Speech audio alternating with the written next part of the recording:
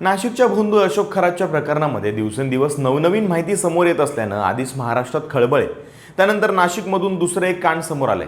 ही घटना समोर आली टॅब चोरीला गेला इथून आणि मग एनजीओ चालक रवींद्र एरंडेकडून नोकरीच्या आमिषानं तब्बल 121 महिलांचं लैंगिक शोषण केल्याचं बिंग फुटलं.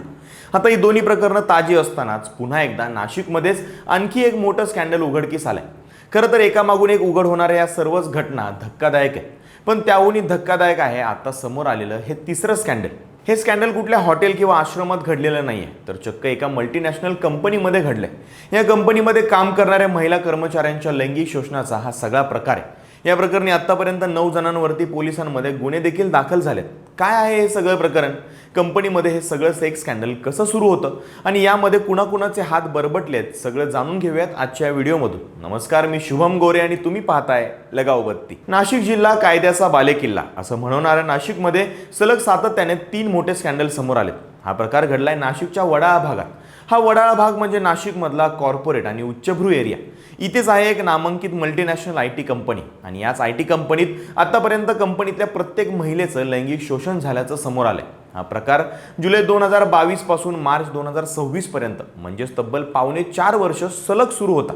या प्रकरणातल्या मुख्य आरोपींनी नोकरीच्या मुलाखतीपासूनच महिलांना टार्गेट करायला सुरुवात केली होती. माझ्यामुळेच तुला नोकरी मिळाली असं उपकाराचं ओझं टाकून महिलांना जाळ्यात ओढलं जायचं आणि मग एक सुट्टीचा दिवस ठरवून टार्गेट केलेल्या महिलेला रिसॉर्टवरती नेलं जायचं आणि तिथे नेऊन तिच्यावरती अत्याचार केले जायचे.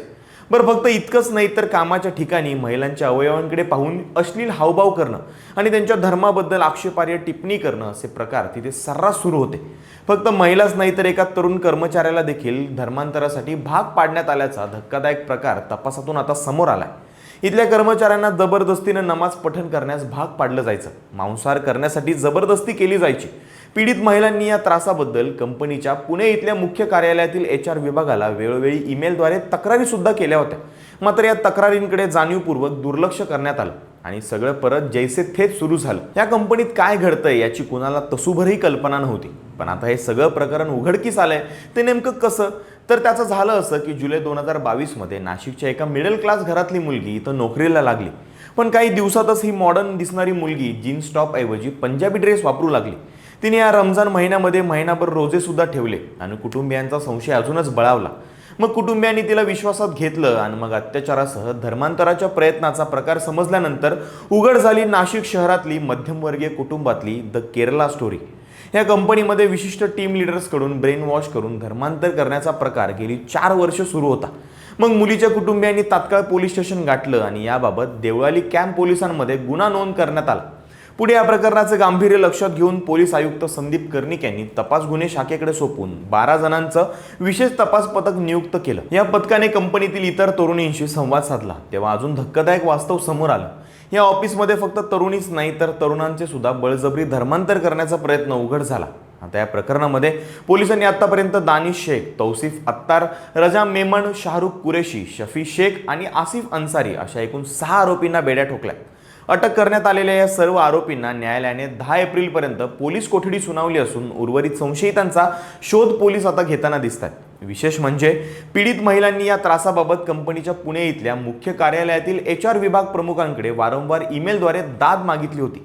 मात्र या तक्रारींकडे जाणीवपूर्वक दुर्लक्ष करण्यात आल्याचा ठपका ठेवत पोलिसांनी संबंधित HR महिला अधिकाऱ्यावरही गुन्हा दाखल केलाय. जुलै 2022 पासून मार्च 2026 पर्यंत चाललेल्या या गंभीर प्रकाराचा तपास करण्यासाठी आता सहाय्यक पोलीस आयुक्त संदीप मिटके यांच्या नेतृत्वाखाली विशेष तपास पथक म्हणजेच SIT तैनात करण्यात आले.